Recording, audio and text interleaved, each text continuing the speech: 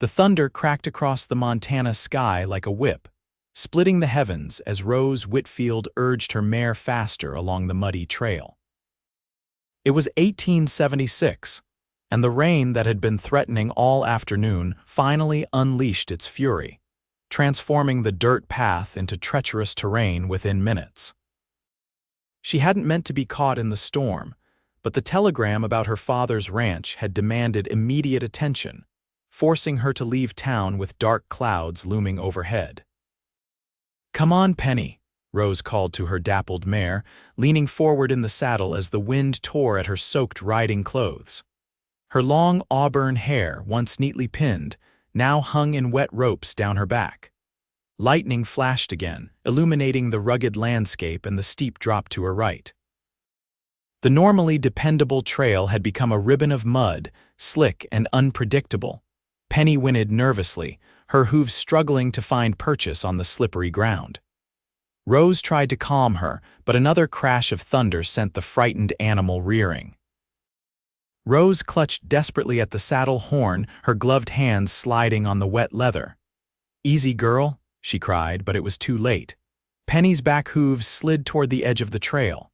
Rose felt herself tilting, the world spinning as she lost her grip and tumbled from the saddle. She hit the ground hard, pain shooting through her shoulder and leg as she rolled dangerously close to the ravine's edge before coming to a stop against a boulder. The impact knocked the breath from her lungs.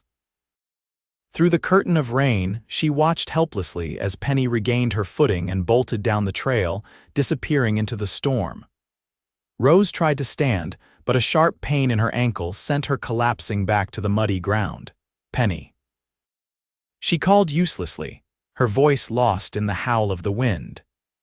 Alone on the mountainside with night approaching and the storm intensifying, Rose felt a cold fear grip her heart that had nothing to do with the rain seeping through her clothes. She wasn't sure how long she sat there, shivering and contemplating her dire situation, when she heard the steady rhythm of hoofbeats approaching through the storm. Squinting through the downpour, she made out the silhouette of a rider, tall and broad-shouldered atop a massive black stallion. The horse came to a halt beside her, and the rider dismounted in one fluid motion.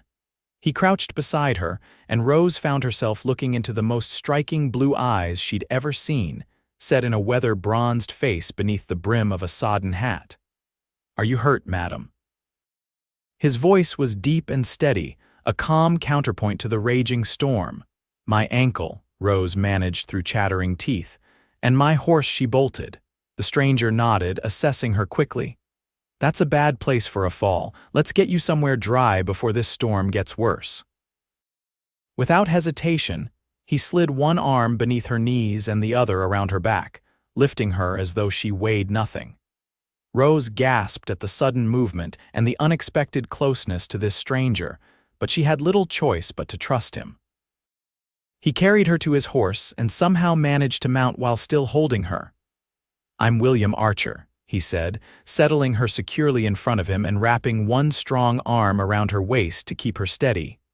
"Most folks call me Will."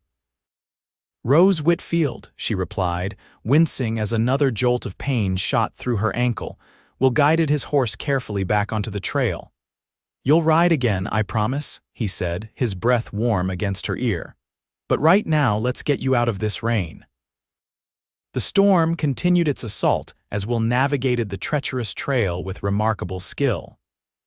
Rose found herself leaning into his solid warmth, grateful for the strength of his arm around her and the reassuring steadiness of his heartbeat against her back. "My ranch is closest," he explained as they descended into a valley. "We'll get you patched up there, then I'll find your horse come morning."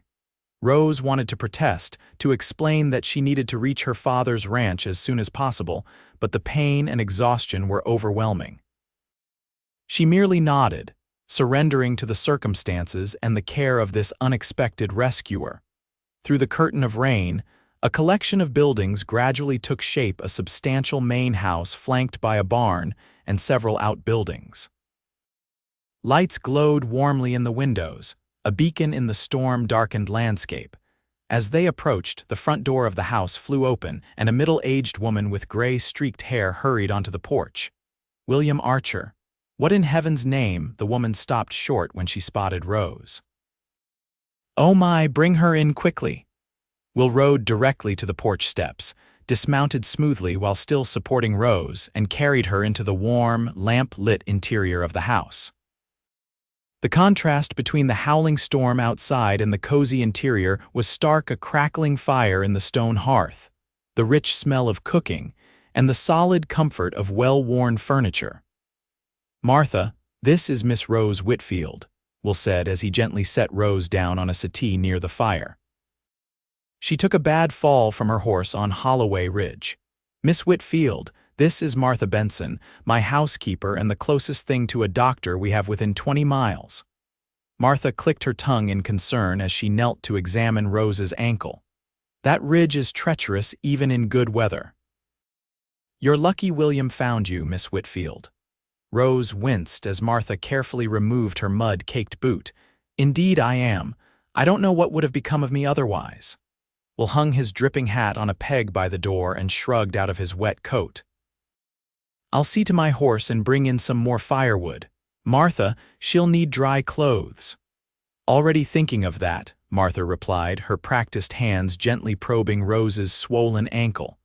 Nothing broken, I don't think, but a bad sprain for certain. You'll be off this foot for a few days at least, young lady. Rose's heart sank. But I must reach my father's ranch.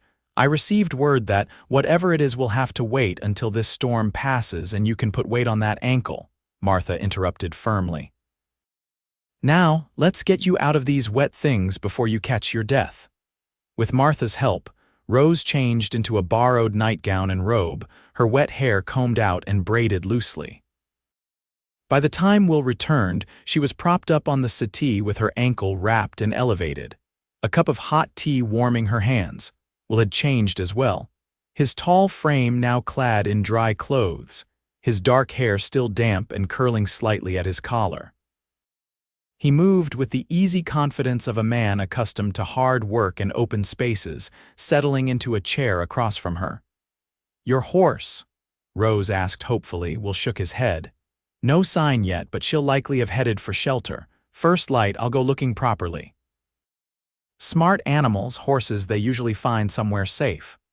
Martha bustled in with a tray of steaming bowls. Beef stew and fresh bread. Eat up, both of you. Miss Whitfield, you need your strength. As they ate, Rose explained her situation.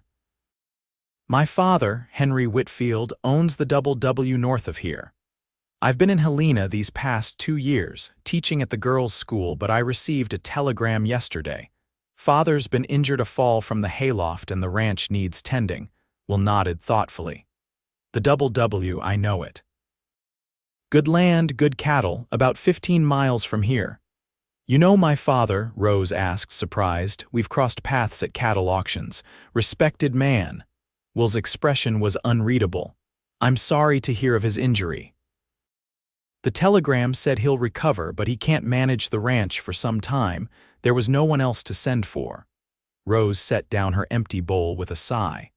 I haven't lived on the ranch since my mother died 5 years ago. Father thought teaching would suit me better than ranching. And does it? Will asked, those penetrating blue eyes studying her with interest. Rose considered the question. I enjoy teaching, but I miss the open spaces, the freedom. She smiled slightly. Even if my riding skills appear somewhat rusty. Getting thrown happens to the best of us, Will replied with a hint of a smile. It's getting back in the saddle that counts. Martha, returning to collect their dishes, snorted.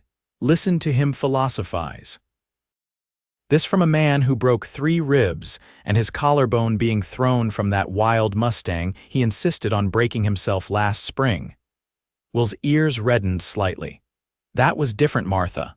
Different how? Because you're too stubborn to admit when a horse is too much for you. Martha winked at Rose. Don't let his quiet manner fool you, Miss Whitfield. William Archer is the most determined, some might say hard-headed man in the territory. Rose couldn't help but smile at Will's obvious discomfort. There was something endearing about this tall, capable cowboy being flustered by his housekeeper's teasing. "The storm's settling in for the night," Will said, changing the subject as he rose to add another log to the fire. "I've made up the guest room for you, Miss Whitfield. We'll sort everything else out come morning." Later, settled in a comfortable bed with the sound of rain on the roof, Rose found herself thinking about her unexpected rescuer. There was something about William Archer that intrigued her, a quiet strength, certainly, but also a depth she sensed behind those striking blue eyes. Despite her predicament, she felt strangely at peace in this unfamiliar house, knowing he was just down the hall. Morning brought clearing skies and a dull ache in Rose's ankle. She tested it gingerly as she sat up, wincing at the pain that shot through her leg when she tried to put weight on it. A soft knock at the door heralded Martha's arrival with a breakfast tray and a neatly folded dress. "One of mine from years back," Martha explained, setting down the tray. "It might be a bit large, but it's clean and dry. William rode out at first light to look for your horse and to send word to your father's ranch about your situation." Rose felt a rush of gratitude. "That's very kind of him." "I hate to impose nonsense," Martha interrupted, helping Rose into the simple blue calico dress. "William wouldn't have it any other way. Now let's get you settled in the sitting room. You'll be more comfortable there and you can keep that ankle elevated properly." The day passed slowly. Rose found herself watching the window, anticipating Will's return with an eagerness that surprised her. Martha kept her company, sharing stories of the ranch and of Will as she went about her chores. "He built this place from nothing," Martha told her as she mended a shirt by the window. "Came out here 10 years ago with barely more than the clothes on his back and that black stallion of his. Worked other ranches until he saved enough to buy this land. Most men would have given up when that first winter nearly wiped him out, but not William. He seems very capable," Rose observed, trying to sound casual. Martha's knowing smile suggested she wasn't fooled. "That he is. And a good man besides, though life hasn't always been kind to him." Before Rose could ask what she meant, the sound of hoofbeats drew their attention to the window. Will was returning, and beside him trotted a familiar dappled mare. "Penny," Rose exclaimed, struggling to her feet despite the pain in her ankle. Martha hurried to support her as she made her way to the porch just as Will dismounted. "Look who I found sheltering in the old Miller barn," Will said, a rare smile lighting his face as he led Penny forward. "Not a scratch on her, though your saddlebags are gone. Must have torn free when she bolted." Rose hobbled down the porch steps, one arm linked through Martha's for support. She stroked Penny's velvety nose, tears of relief stinging her eyes. "Thank you. I can't tell you what this means to me," Will nodded, that intense blue gaze holding hers. "I also stopped by the DoubleW. Your father's foreman, Jenkins, says everything's under control for now." "Your father's on the mend but still bedridden. Jenkins said to tell you to take your time getting there. They can manage another week or so." Rose sighed with relief. "That's welcome news indeed. I thought it might ease your mind." Will handed Penny's reins to the stable boy who had appeared from the barn. "Tim will see to your mare. She'll be well rested by the time you're ready to ride again." The next few days fell into a comfortable rhythm. Each morning, Martha helped Rose dress and settle in the sitting room or, when the weather was fine, on the wide front porch. Will would check on her between his ranch duties, sometimes sitting with her during his midday meal, their conversations growing less formal and more engaging with each passing day. Rose discovered that behind Will's reserved exterior was a thoughtful, intelligent man with a dry wit and surprising knowledge of literature. He admitted to ordering books regularly from back east, reading by lamplight during the long winter evenings. "Not what one expects from a cowboy," Rose teased as they sat on the porch on her third afternoon at the Archer Ranch. Will leaned back in his chair, those blue eyes crinkling slightly at the corners. "I reckon most folks have hidden depths, Miss Whitfield." "Rose," she corrected him. "After rescuing me from certain doom in a thunderstorm, I think you've earned the right to use my given name." The smile that spread across his face transformed him, softening the weathered lines and bringing a warmth to his eyes that made Rose's heart beat a little faster. "Rose, then," he said, her name sounding somehow special when spoken in his deep voice. "And I'm Will, not William or Mr. Archer." "Will," she repeated, finding she liked the simple, strong sound of it. On the fourth day, Rose's ankle had improved enough that she could walk short distances with the aid of a cane. Will had carved for her a beautiful piece of polished pine with a smooth handle that fit her hand perfectly. "You have hidden talents, Will Archer," she said when he presented it to her. He shrugged, though she could tell he was pleased by her reaction.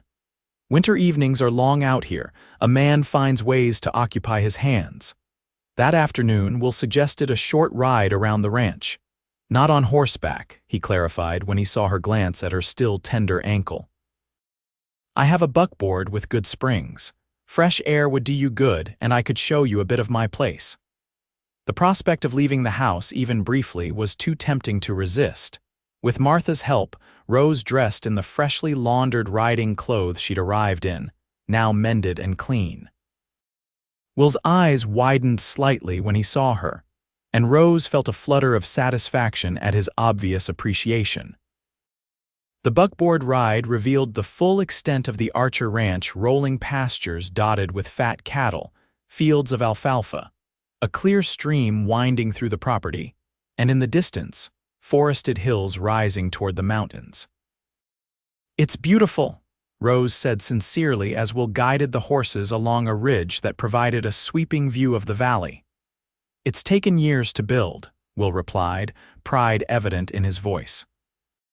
"When I first came here, there was nothing but wild grass and a tumble-down cabin left by some failed homesteader." "You've accomplished something remarkable," Rose said, admiring not just the land but the man beside her. The afternoon sun caught in his dark hair, highlighting threads of mahogany, and his profile against the big sky struck her as something from a painting, strong, dignified, belonging to this wild, beautiful land.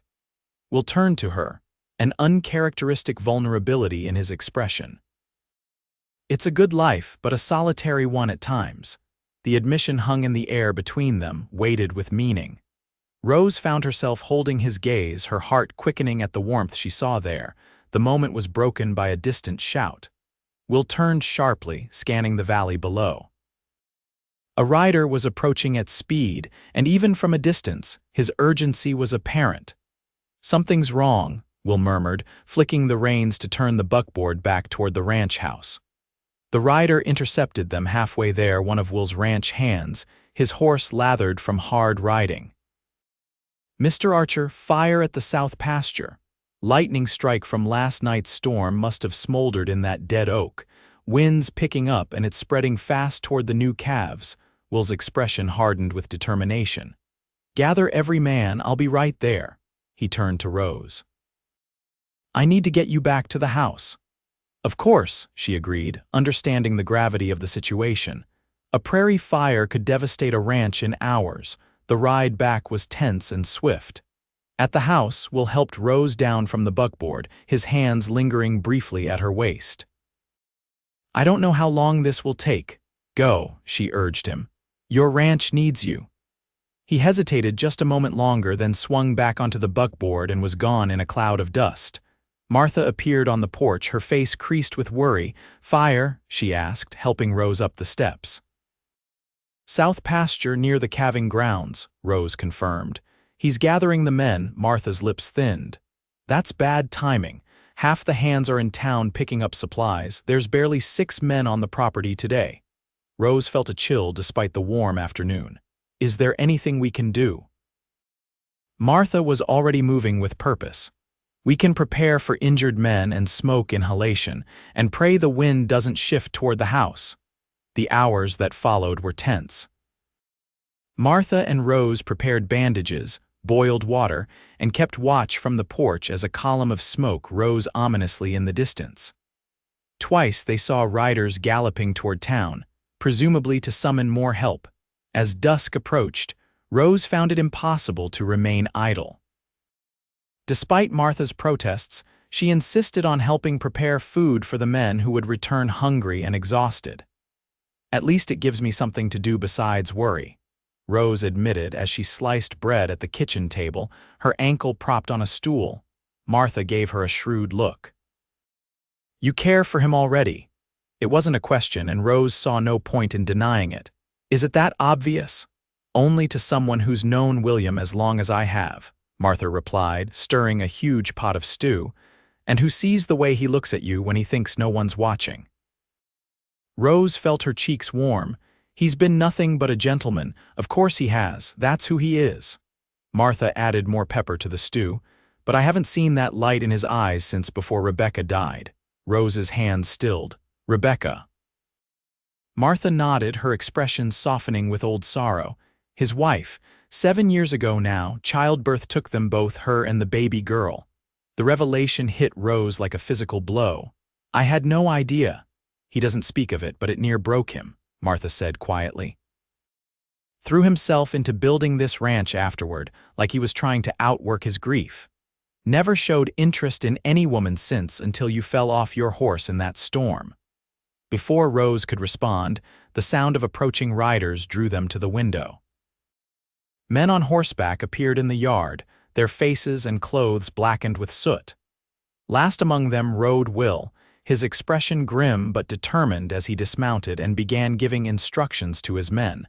Martha immediately began filling plates with stew and bread. "Take this out to them. They'll be starving." Rose did as instructed, carrying a tray of food onto the porch despite the ache in her ankle. The men accepted the food gratefully, some sitting right on the ground to eat, too exhausted to make it to the bunkhouse. Will was the last to approach, his face streaked with ash and sweat, his clothes singed in places. He looked utterly spent, but his eyes brightened when they landed on Rose. "You should be resting that ankle," he said, accepting the plate she offered. "And you should be sitting down before you fall down," she countered, guiding him to a porch chair. "How bad is it?"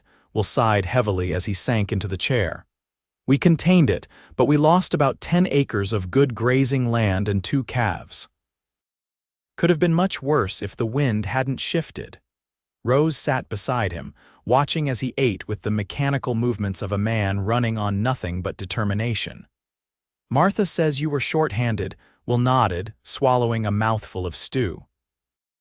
"Jenkins from your father's place rode over with 3 men when they saw the smoke. Made all the difference." The knowledge that her father's ranch had helped save Will's property filled Rose with a complex mix of emotions. "I'll have to thank him when I get there." Will set down his empty plate and looked at her directly. "About that, your ankle's healing well. I reckon you could ride to your father's place tomorrow or the next day if you're set on going." There was something in his tone, a carefully neutral quality that didn't quite hide the question beneath the statement. Rose found herself hesitating, suddenly uncertain about her eagerness to leave. "I should check on my father," she said slowly, "but perhaps not tomorrow. After all you've been through today, the least I can do is help around here for another day or 2. The relief in Will's eyes was unmistakable, though he tried to hide it. "If you're sure. We'd welcome the help, and Penny could use the extra rest."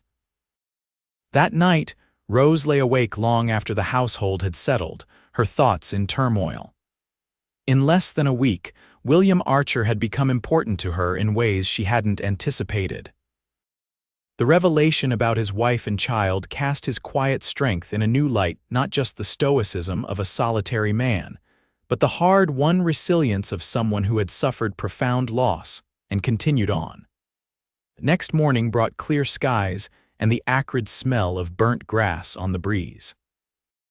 Will was already gone when Rose came down for breakfast, having ridden out at first light to assess the damage and begin recovery efforts. "He won't rest until everything's set right again," Martha explained as she served Rose breakfast. "That's his way." Rose spent the morning helping Martha with household tasks, finding comfort in the simple rhythms of domestic work. By midday, her ankle was strong enough that she barely needed the cane, though she kept it handy for longer walks. Will returned briefly for the noon meal, bringing news that the damage was manageable and thanking Rose again for staying to help. There was a new ease between them, as though the fire had burned away some invisible barrier. "I'd like to see the calving grounds," Rose said impulsively. "If my ankle continues improving, perhaps tomorrow you could show me," Will's smile was answer enough. "I'll have Tim saddle Penny. It's time you got back in the saddle gently, of course." The prospect both thrilled and terrified Rose. "Do you think I'm ready?" "You'll never know until you try," Will replied, "and I did promise you'd ride again." The following morning dawned bright and mild. Rose dressed carefully in her riding clothes, testing her ankle and finding only a slight twinge when she put her full weight on it. Outside, she found Will waiting with Penny and his black stallion, both saddled and ready. "We'll take it slow," Will assured her, watching as she approached Penny with slight trepidation. Just around the yard at first, Rose stroked Penny's neck, reacquainting herself with the mare. "Hello, girl." "No storms today, I promise." Will stepped closer. "Ready?" Rose nodded, gathering her courage. Will's hands were warm and strong as he helped her mount, lingering perhaps a moment longer than necessary once she was settled in the saddle. The first few minutes were tense, Rose's body remembering the fall all too vividly. But gradually, with Will's calm encouragement and Penny's steady gait, she relaxed into the familiar rhythm of riding. "There you go," Will said approvingly as they circled the yard. "You're a natural." Rose laughed, feeling a rush of exhilaration as her confidence returned. "Hardly natural, but I did grow up on a ranch, some things the body doesn't forget." They extended their ride to the nearby pasture, moving at a gentle walk. Will stayed close beside her, watchful but not hovering. They talked easily as they rode, about the ranch, about Rose's teaching, about books they had both read and places they hoped to see someday. "I've never been further east than St. Louis," Will admitted.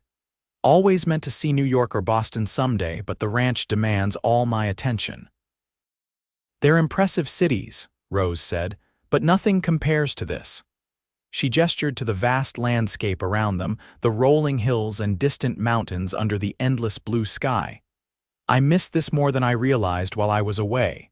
Will studied her with those penetrating blue eyes.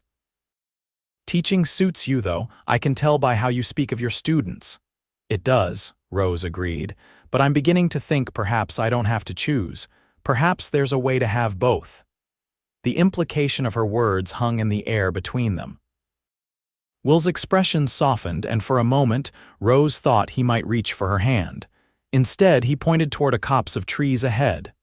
"There's a stream there with good shade. We could rest a bit before heading back." The spot was idyllic, a clear stream gurgling over smooth stones, sheltered by cottonwoods that cast dappled shadows on the grass. They dismounted, Will helping Rose down with those same steady hands that made her feel both safe and strangely breathless. They sat side by side on a fallen log, watching the horses drink from the stream. The peaceful moment stretched between them, comfortable yet charged with unspoken possibility. "I ride to your father's ranch tomorrow," Will said suddenly, "to check on Jenkins and the men who helped us. Would you like to come along if your ankle is up to a longer ride?" Rose turned to him, heart quickening. "I'd like that very much," Will nodded, seeming pleased yet hesitant. "Rose, he stopped, struggling with words, then tried again. "These past days, having you at the ranch, it's been." "Yes," she prompted gently when he faltered. Will met her eyes directly. "It reminded me that a house isn't the same as a home." The simple statement, delivered with such raw honesty, moved Rose deeply. Impulsively, she reached for his hand, her fingers curling around his calloused palm. "I've felt more at home this past week than I have in years," she admitted. Will's fingers tightened around hers, and the look in his eyes made her breath catch. Slowly, giving her every chance to pull away, he leaned closer. Rose's eyes fluttered closed as his lips met hers in a kiss so gentle yet so profound it made her heart swell. When they parted, Will rested his forehead against hers. "I never expected to feel this way again," he murmured. Rose raised her hand to his cheek. "Nor I to feel this way at all." Their return ride to the ranch was filled with glances and smiles, a new awareness humming between them. Martha took one look at them as they dismounted and tactfully found reasons to keep herself busy elsewhere in the house. That evening, after supper, Will and Rose sat on the porch watching the sunset paint the sky in brilliant oranges and pinks. Will's arm rested along the back of the bench behind Rose, not quite touching her but close enough to feel his warmth. "Tell me about your wife," Rose said softly. "Martha mentioned her, but I'd like to hear from you, if you're willing." Will was quiet for so long that Rose feared she had overstepped, but when he finally spoke, his voice was steady.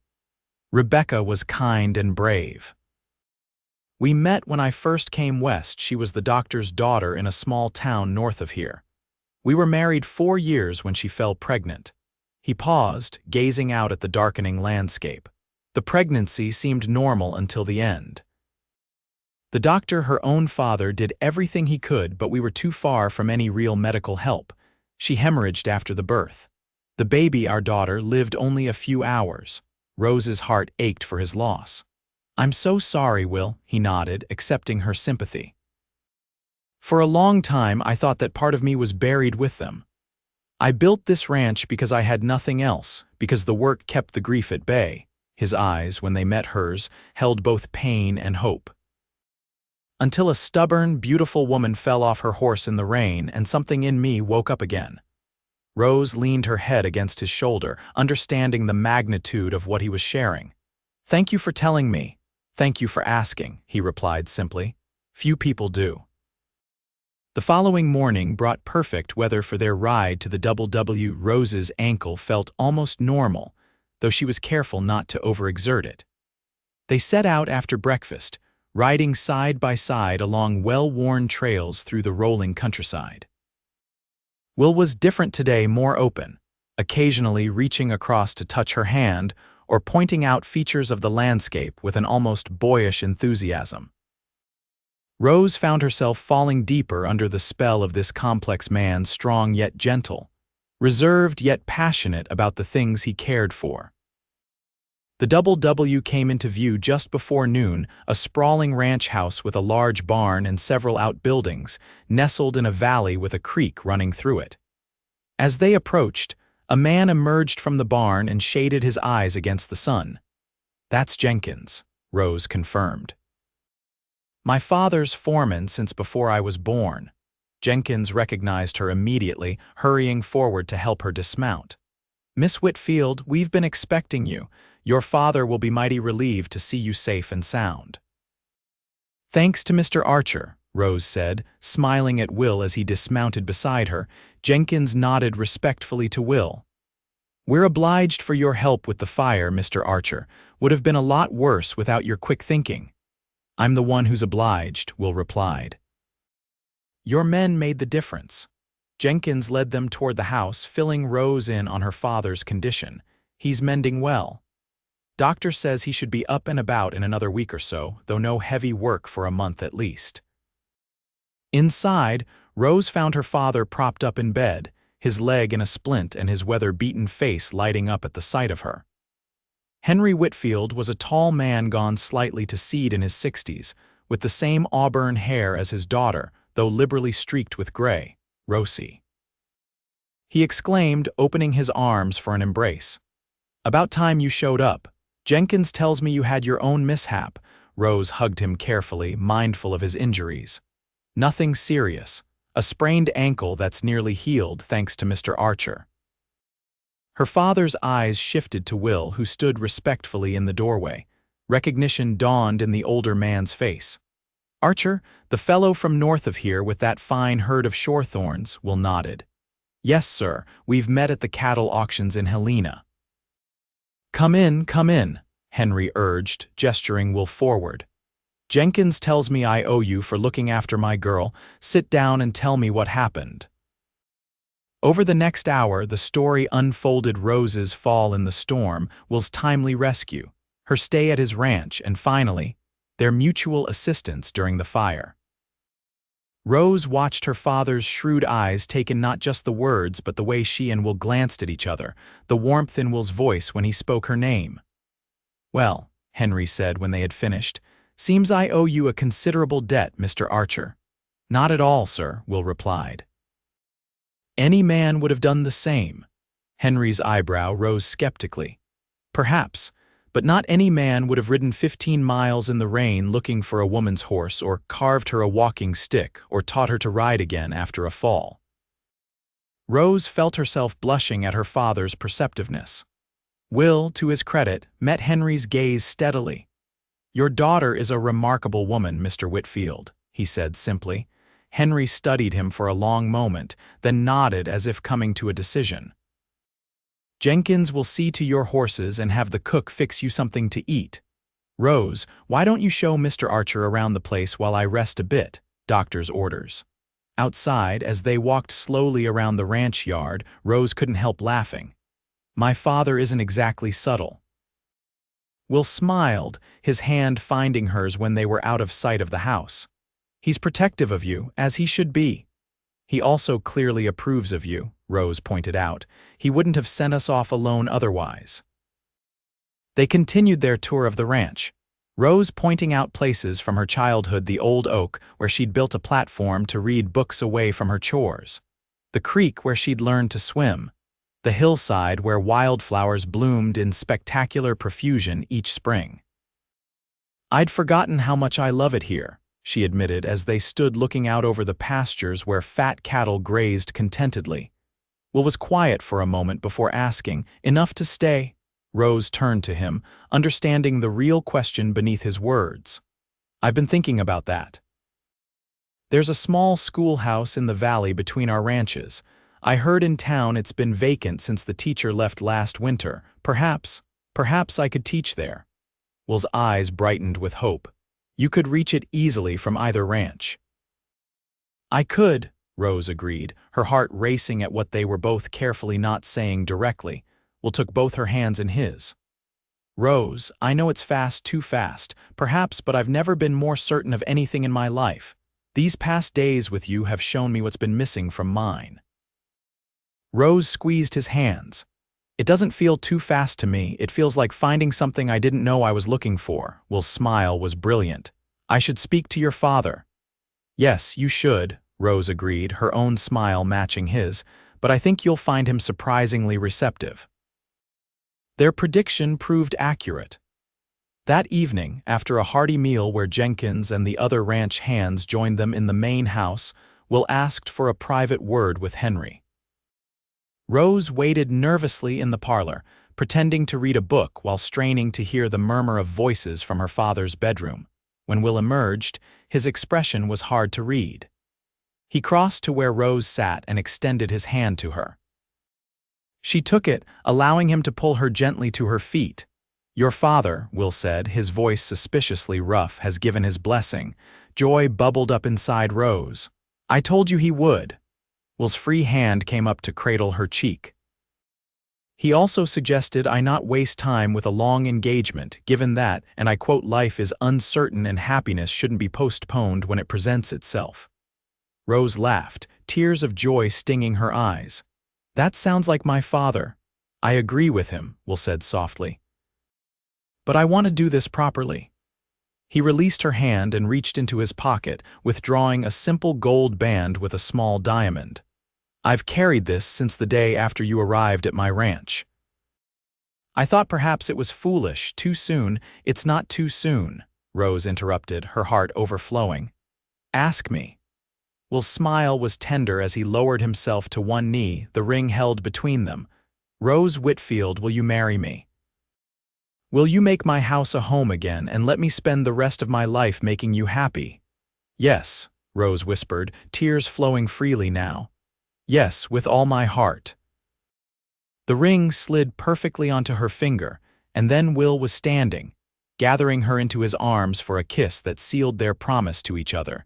3 weeks later, Rose stood before the small church in town, her father beside her ready to walk her down the aisle. Her ankle had healed completely, a good thing, as she'd been rushing about making preparations for the simple but joyful ceremony. Nervous?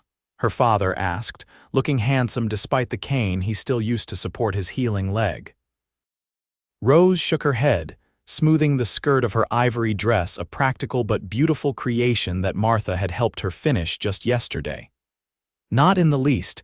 I've never been more certain of anything. Henry smiled, patting her hand where it rested on his arm. Your mother would be proud of you, Rosie, and she would have approved of Will. The church doors opened, and Rose caught her first glimpse of Will waiting at the altar, tall and striking in his best suit, his blue eyes finding hers immediately. The look of absolute adoration on his face made her heart soar. As her father guided her down the aisle, Rose thought of that rainy afternoon when she'd fallen from her horse and a stranger had appeared like something from a dream, promising her she would ride again. He had kept that promise, and now they were about to make many more to each other. Will took her hand as she reached him, his fingers warm and steady around hers just as they had been that first day, just as she knew they would be for all the days to come.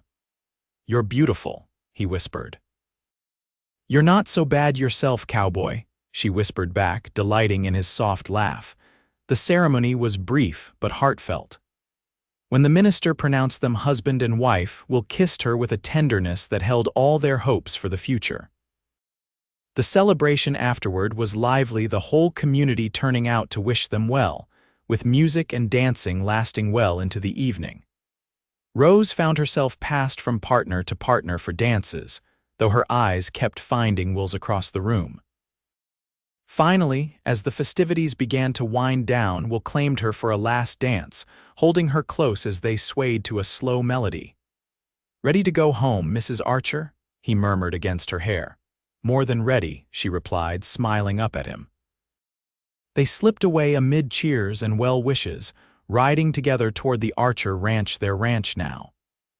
The night was clear, stars scattered like diamonds across the velvet sky, the air sweet with the scent of spring flowers. As they crested the final hill and saw the warm lights of home glowing in the distance, Will reined his horse to a stop. Rose halted Penny beside him, raising an eyebrow in question. I just wanted to look at it with you, Will explained, gesturing to the peaceful scene below. Our home. Our future. Rose reached across the space between them to take his hand. It's perfect. It is now, Will agreed, bringing her hand to his lips. Now that you're here. Side by side, they rode down the hill toward the waiting lights, a cowboy and the woman who had fallen from her horse in the rain, finding in each other everything they hadn't known they were searching for, ready to begin the adventure of their lives together.